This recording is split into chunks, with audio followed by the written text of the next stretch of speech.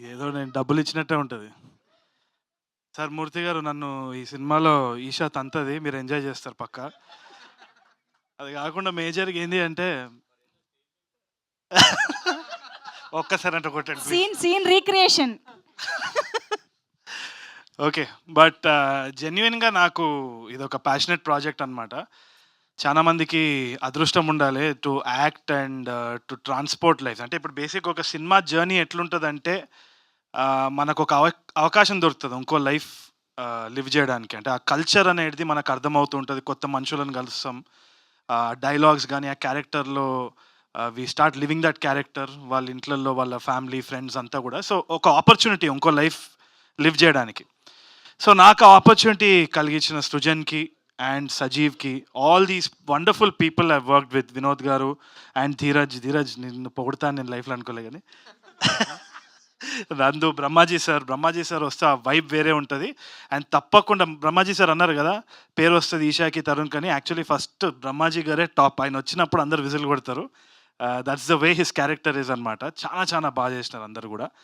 ఒకటేంది అంటే మనం అర్థం చేసుకోవాల్సింది ఏంది అంటే డెఫినెట్‌లీ ఒక కామెంట్ అయితే ఉంది. ఇది రీమేక్ మళ్ళెందుకు జూడాలి అన్నది. So, let's address that first. Remake అన్నది అది ఆ టాపిక్ నేను మళ్ళొస్తా గానీ, ఇప్పుడు గోదారి యాస అన్నది అండ్ ఇంకోటి ఆ కల్చర్ ఏదైతే ఉందో రాజమండ్రిలో పోయి when we shot mid summer, ఆ ఫుడ్ గానీ, అక్కడున్న జనాలు గానీ, అక్కడున్న వాతావరణం, వాళ్ళు మాట్లాడే తీరు ఏదైతే ఉన్నదో, దాన్ని యాజ్ ఇట్ ఈజ్ ఒక సినిమాటిక్ ఎక్స్‌పీరియన్స్ ఇవ్వడం అంటే ఇది ఈ సినిమానే రీసెంట్ టైమ్స్‌లో. నేను గ్యారంటీ చెప్తున్నాను.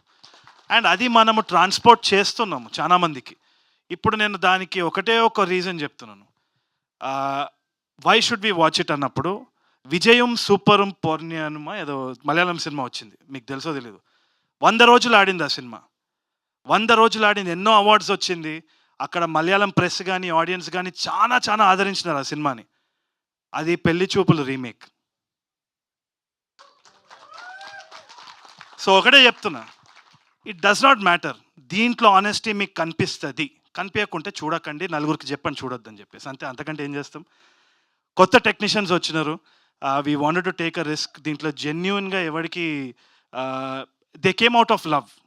ఆ సినిమా అంటే ఇష్టము. ఈ క్యారెక్టర్ చేయాలని ఒక ప్యాషన్. అంతే తప్పితే ఎటువంటి వేరే ఆలోచన లేకుండా, సృజన్‌కి కావాలంటే వేరే ఎవరో హీరో డేట్స్ తీసుకొని ఏదో ఒకటి చేయొచ్చు ప్రాఫిటబుల్‌గా. అంటే ఆన్ ద టేబుల్ ప్రాఫిట్స్ గురించి మాట్లాడుతున్నా. కానీ ఇంత రిస్క్ చేయడంలో ఎందుకు ఏముంది అంటే, అది సినిమా చూసిన తర్వాత మీకు తప్పకుండా తెలుస్తుందనేసి నేను అనుకుంటున్నా. It's full of heart. So, తప్పు జరిగే సమస్య లేదని నేను అనుకుంటున్నా. Apart from that I'd like to thank everyone. మళ్ళీ ట్రైలర్ లాంచ్ అప్పుడు మాట్లాడుకుందాం. Thank you.